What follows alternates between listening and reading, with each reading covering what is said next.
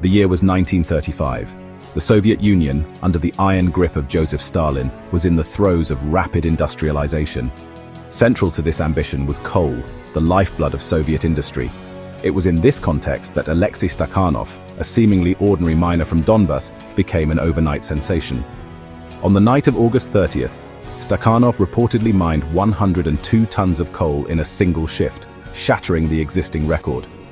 This feat, whether entirely accurate or subtly orchestrated, would ignite a nationwide movement. Stakhanov's achievement was seized upon by the Soviet propaganda machine. He was lauded as a model worker, a paragon of socialist labor. His image, often depicted with a determined gaze and a pickaxe in hand, became ubiquitous. Newspapers hailed his accomplishment, and soon, Stakhanov was paraded across the country, held up as a shining example for all Soviet workers to emulate. This marked the genesis of the Stakhanovite Movement, a state-sponsored drive aimed at boosting productivity through individual effort and competition. The movement quickly gained momentum.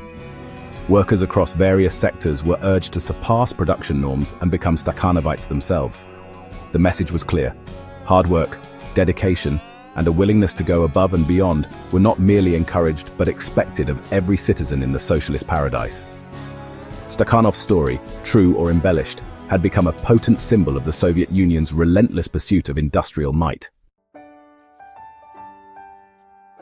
The Stakhanovite movement, born in the coal mines of Donbas, rapidly spread its tendrils across the vast expanse of Soviet industry. From the steel mills of Magnitogorsk to the textile factories of Ivanovo, workers were urged to follow in Stakhanov's footsteps and exceed production quotas. The movement, initially focused on heavy industries like mining and metallurgy, soon encompassed virtually every sector of the Soviet economy. Textile workers were challenged to weave more meters of fabric, factory workers to assemble more machines, and farmers to harvest more grain.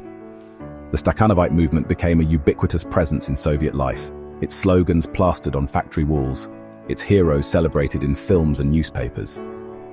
The message was clear: productivity was paramount, and exceeding expectations was the mark of a true Soviet citizen. The movement's rapid expansion was fueled by a potent mix of propaganda, incentives, and often implicit coercion. Stakhanovites were publicly celebrated, awarded bonuses, and granted privileges, creating a clear incentive structure for exceeding norms. This system, however, also created pressure, sometimes bordering on intimidation, for workers to constantly outdo themselves and each other. The drive for increased output became intertwined with socialist competition, creating an environment where exceeding quotas was not merely encouraged but expected. Central to the Stakhanovite movement was a sophisticated propaganda machine that tirelessly churned out images and narratives designed to exalt the ideal of the superworker.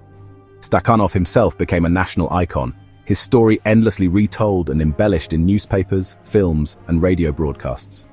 He was portrayed as a larger-than-life figure, a working-class hero who embodied the virtues of hard work, dedication, and self-sacrifice.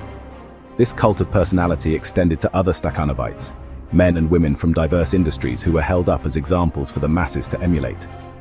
These individuals, often portrayed with an air of effortless efficiency and unwavering enthusiasm, became symbols of the Soviet Union's supposed superiority in the realm of labor. The message was clear: in the socialist paradise, ordinary workers could achieve extraordinary feats through sheer willpower and dedication to the cause. However, beneath the veneer of heroic achievement lay a more complex reality.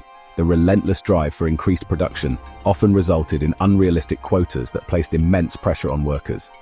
The initial successes of Stakhanovites, often achieved under carefully orchestrated conditions, were used to justify raising norms for everyone. This created a vicious cycle where workers were constantly being pushed to their physical and mental limits in an attempt to meet ever-increasing demands.